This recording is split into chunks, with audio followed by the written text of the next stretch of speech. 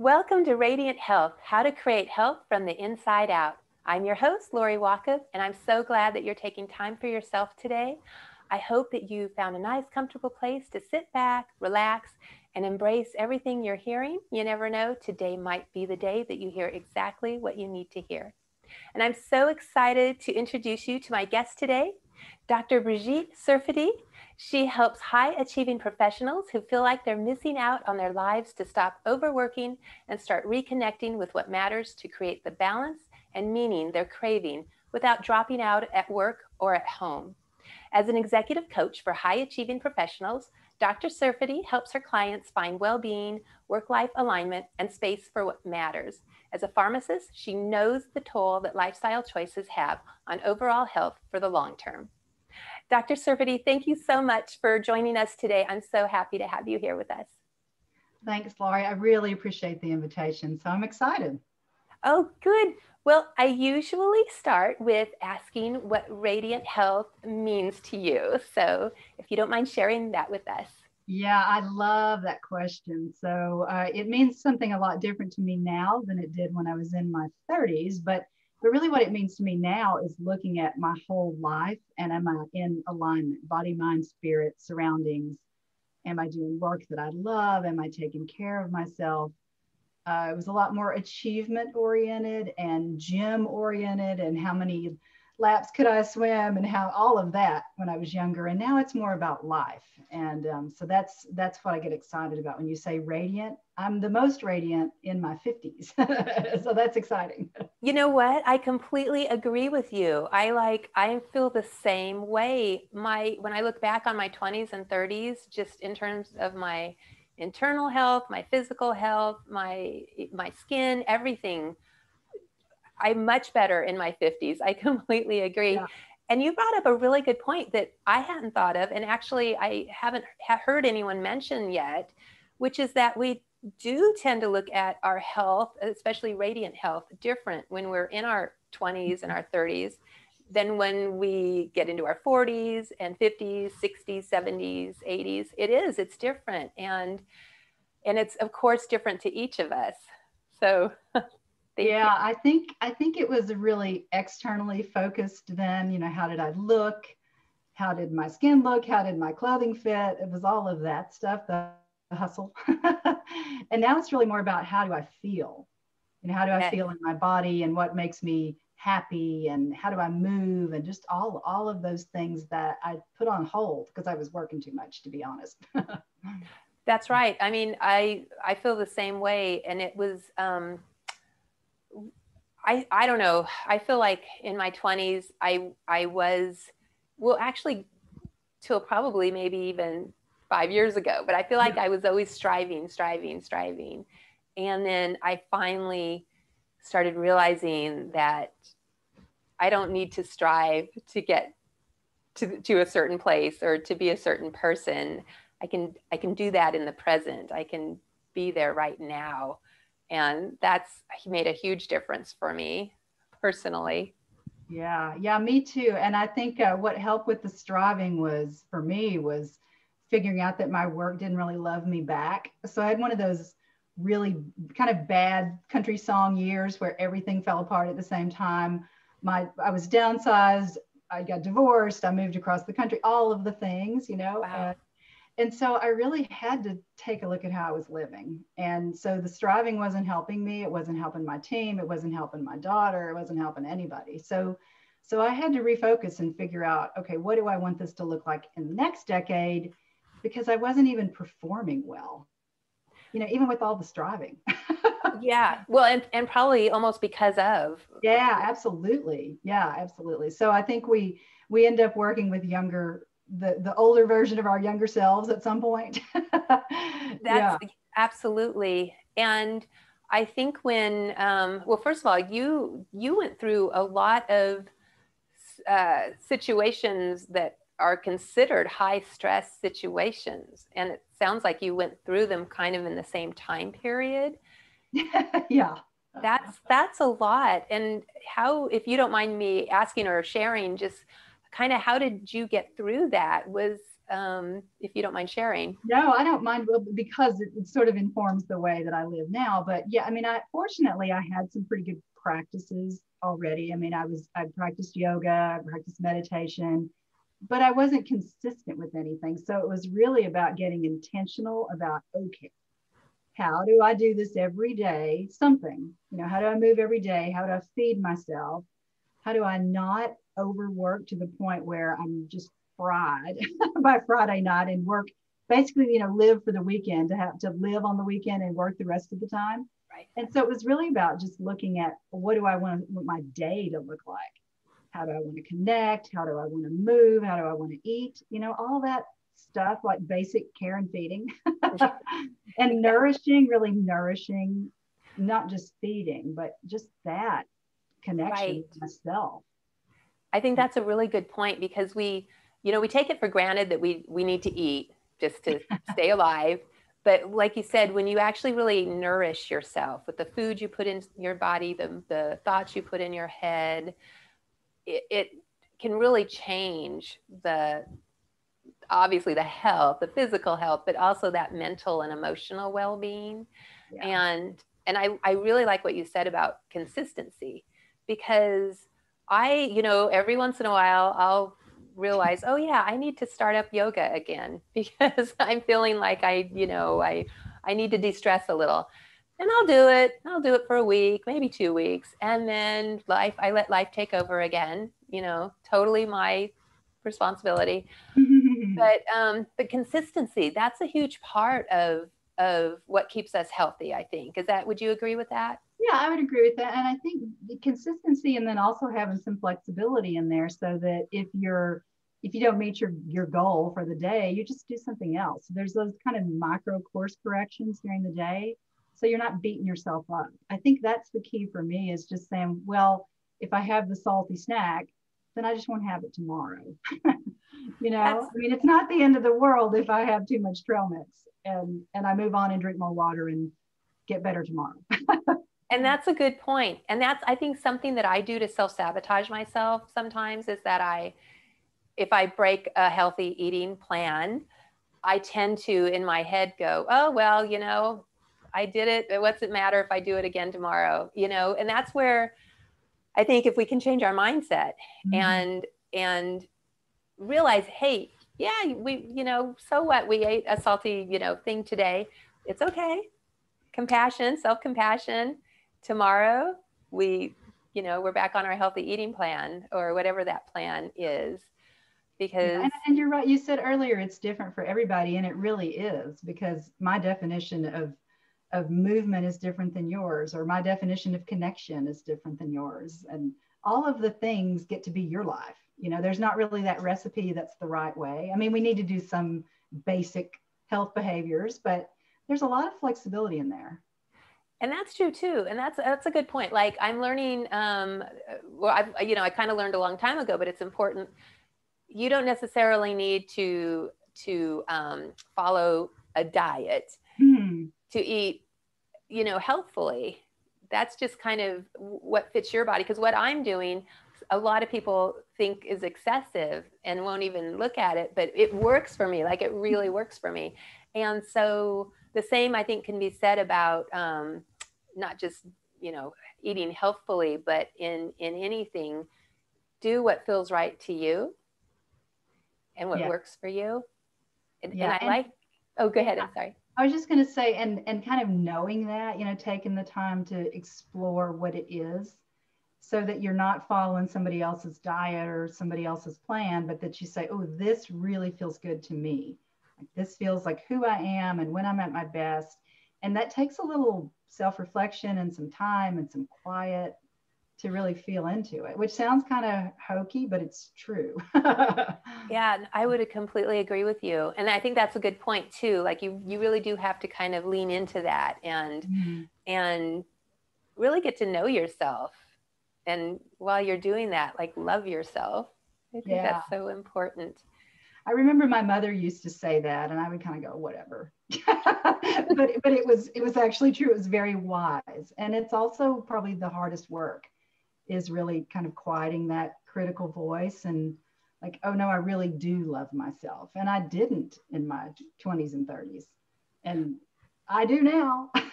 Yes, good. And you know what, honestly, it just shows like you do radiate. I mean, you know, Thank you you. really do.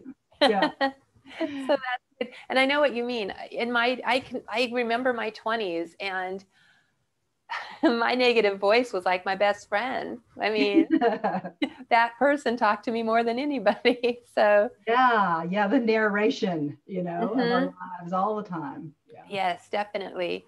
But like you, I've learned to quiet it down, and it kind of, it takes a back seat for the most part.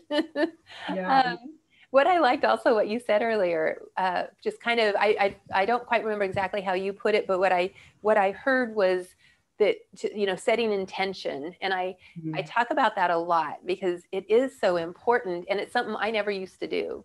Like, Mhm. I would just get up and I would start my day. I knew I was going to be busy. I knew I had these things to check off, and I knew I just needed to get it done. But Yeah, I know. And there's such a difference, I think, than that like giant to-do list, which all of us sort of do in our busy work worlds. We have this giant list we have to check off, but that's different than intentionally planning your day. And so I think the ritual is part of it, just to say, how do I want to feel in this day? And then what does it need to include? So that you don't get to the end of it and say, holy cow, what happened today? yeah, It's just that busyness, that overproduction that sabotages all of us, I think. I think you're right. And I like how you put it, a ritual, because that kind Mhm. of goes back into that. If you make something a habit, it really does become part of your day, and it just flows and it's just normal. And I do Yeah. find that when I set my intention in the morning, that at the end of the day, I truly can get a lot accomplished and do it in a state of joy. Like I can look Mhm. back and say, I had a good day. Whereas if I don't set up that intention and I'm just doing, at the end of the day, I don't get half of it done. I've probably procrastinated, which is its own issue. But Guilty. yeah, so there is quite a difference between the two. And Yeah, and I mean, it sounds rigid, but I actually have a planning ritual in the morning, because if I don't actually write down the intention and look at all those habits, or look at the most important things I want to do today, I don't get them done, because I go down the rabbit trail or something else pops up and catches on fire. I mean, it doesn't take very long, but it is a ritual that just kind of grounds me. And so I always kind of laugh at my clients who say, I don't want a goal, it's too rigid. Like, well, you're gonna do a bunch of stuff today, and you're probably not going to do the one thing that you want to do. So why don't we just set a teeny little goal, like just one thing? It doesn't have to be, I'm going to exercise for an hour and a half today. It could be, I'm going to take a 15-minute walk. Very, very small. and I think that's a good point. And you reminded me, I was actually going to mention it earlier when you said something that made me think of this, which is that, like, just like you said, if you have a task that seems pretty overwhelming and Mm. big, it's better to do, like, just take maybe 10 minutes and work on it. Mhm. Would you say? I mean, I don't know what the proper Yeah. time frame would be, but maybe 10 minutes every day, Monday through Friday, or something like that, as opposed to, okay, I've got to spend like 3 hours today and get this done. Of course, depending on what the project is. But would you agree with that? Is it better to just 10 minutes? Yeah, I think it depends. It would depend on the project, but I think the point is to block off the time. So if the most important thing is to work on this summit you're creating, then every day you're going to create 30 minutes or an hour or whatever you think you need to move the ball. Yes. Instead of thinking you're going to have all day on a Friday and knock it out, because it's not the way life works. So that just intentionality around what is it that I need to do. And That's that's a good advice. I wish sorry. we would have talked at the beginning of this summit. But and something that's overwhelming me right now is everything in my life. It feels like it's what do I want to say? Cluttered is the word that comes to mind, but what I'm talking about is my regular computer, and I'm working on a laptop now because I got a laptop so that I can do these in my bedroom actually while the kids are doing their virtual learning. So my computer is completely full. My laptop is starting to get full. My phone is full. My emails are full. So all of this is just so overwhelming to me. And I just have to keep telling myself, just take a little chunk every day and just work on it. Just a little chunk every day. Yeah, I think that's really, really smart to take the little chunk, and then also to ask yourself, how much does it matter? I mean, sometimes it may, like if everything is full and you don't have the space, but sometimes it's like, what does it really matter that that laptop I don't use is full? That's true. Yeah, there is a little bit of giving yourself a break there too. I think that's important. But yeah, what's the most important thing that needs to happen? That's, you know what, that's a good point. That's actually a really good point. Sometimes we put pressure on ourselves to do something when we don't necessarily need to do it. Yeah. Yeah, I found that a lot, especially, when my calendar's crowded and I just can't deal with the overwhelm. I'll pick some, kind of meaningless task just so I can get a win. You get the dopamine hit when you do something easy, when really I need to spend time working on, whatever it is, the new course I'm teaching. That would be a better use of my time than cleaning up my calendar. Yeah, and that's a good point too. Like if something can give us a win, that's a nice feeling. Yeah. Yeah. And sometimes it's just a procrastination strategy. So I have to watch myself with that. Procrastination strategy. I haven't heard that term, but I have a feeling I do it. There's a podcast that I love called The Minimalist. I don't know and there's a Netflix series too, but there's a question that they ask: does it add value or take up space? I love that question. Yes. So I don't think I've seen that particular podcast, but I've watched a lot of Marie Kondo. Mm-hmm. And then she kind of has that question sort of similar too. I agree. And it's such a valid, important question. And unless it's brought to our attention, we don't really think of it, Yeah. I completely agree. You just got me thinking. I know. You're going to look at your calendar and go, shoot. I know.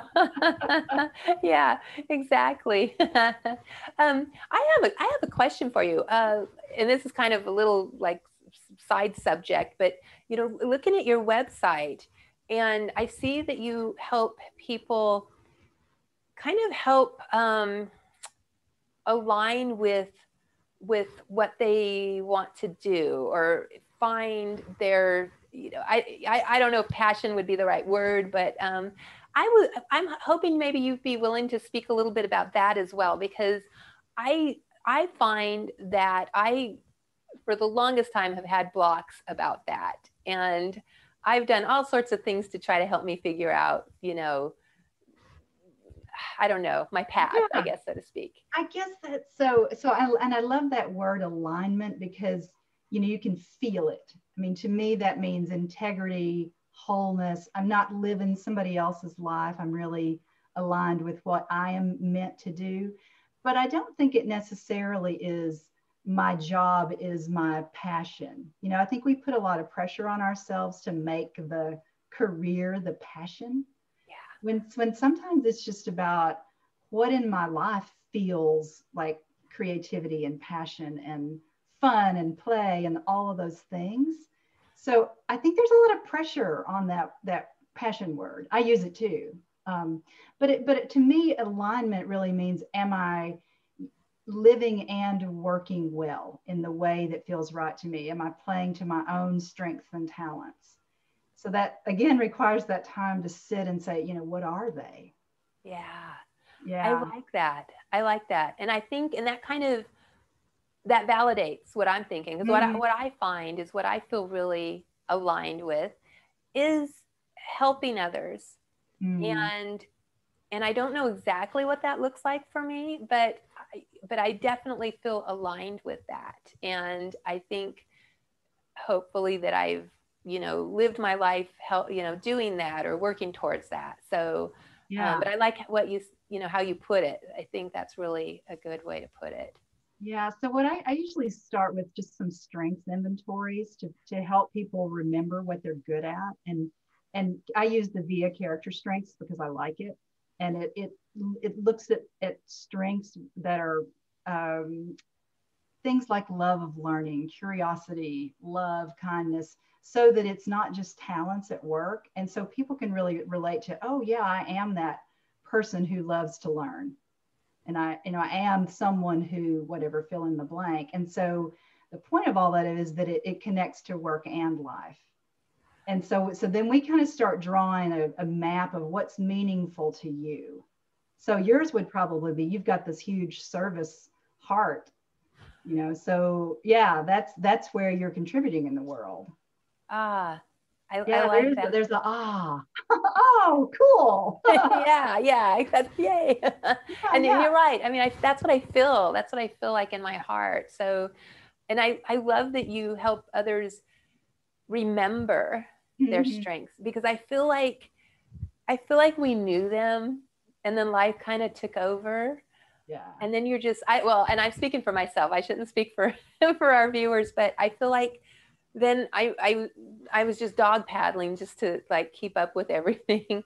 And you just tend to forget. I bet with your clients, I don't know, maybe I'm wrong, but I feel like there's probably a lot of aha moments for them. Like, Hmm. oh my gosh, yes. Yeah, because we go back and say, what does feel like fun and play and creativity? And a lot of times we forget, you can't even answer the question, because it's been so long. And so there's just allowing yourself that time to reconnect. Like, oh, Oh, yeah, like, I I like really that. want to play the guitar. Okay, let's play the guitar. Yeah, right. And it probably just comes out of like Yeah, nowhere, that yeah, thought just, yeah. But but it's I really want, fun. It's fun to when someone says, I used to really love to dance, and I think that's the way I want to move. Okay, cool. You want to do 15 minutes, and the answer is, I absolutely want to do 15 minutes.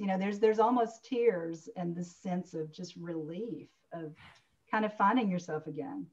I'm going to share a story because you just reminded me of something that I just recently noticed. So years ago, 10 years ago, I was a certified personal trainer, and I used to teach Zumba to seniors. So Zumba Gold. I mean, I was certified in the other Zumbas, but I taught Zumba Gold.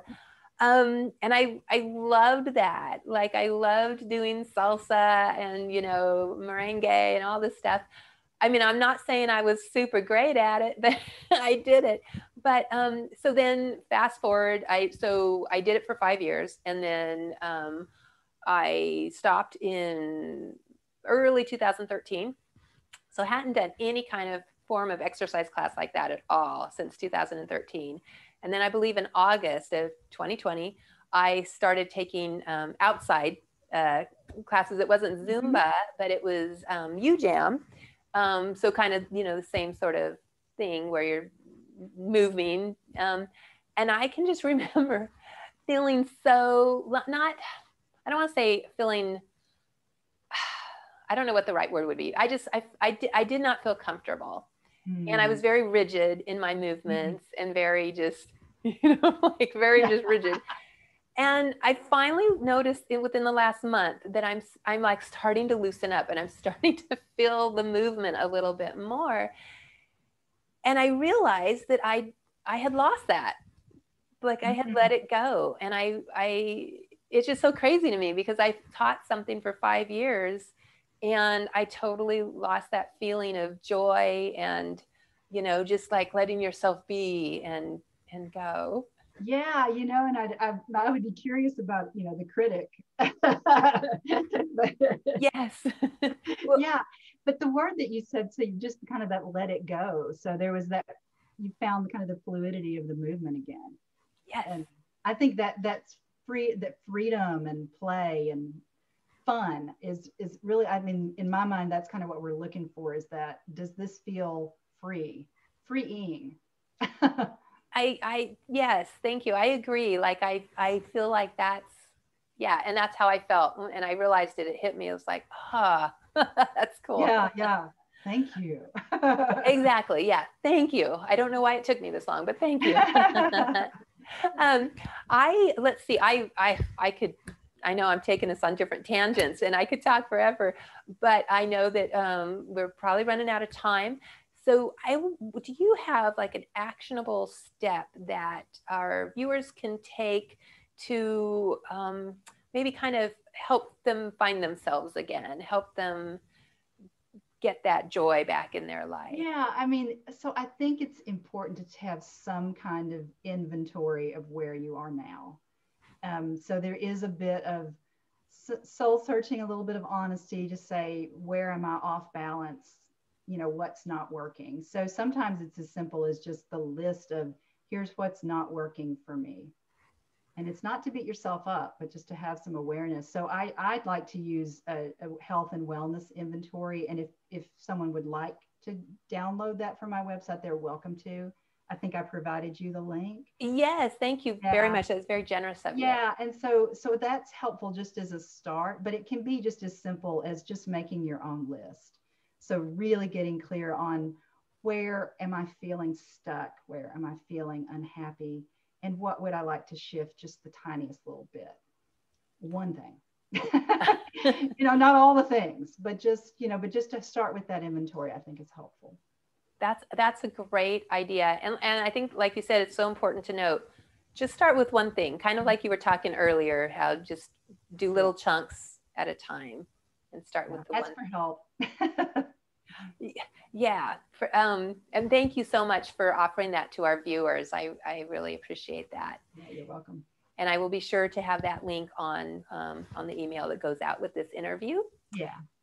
And before we go, is there anything else that you would like to share, or something I may have forgotten to include? We've been talking a lot about that inner critic. And I think the thing that comes up for me the most is, and I'm sure you're familiar with Brene Brown, but she has that lovely quote about hustling for your worthiness. And so I love the idea of stop hustling for your worthiness, because that's when the magic begins. You recognize that. It's like, oh, it would have changed everything for me had I known that. I completely agree. And I never, first of all, I love Brene Brown, and yeah, that's an amazing quote, and it's so true.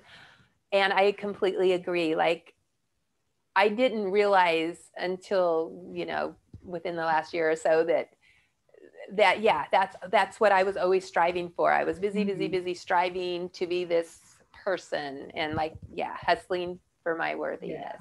Yeah. And that is a great it's a great quote. It is. And thank you for sharing that with our viewers, because you're right, that's something that we need to stop hustling for that.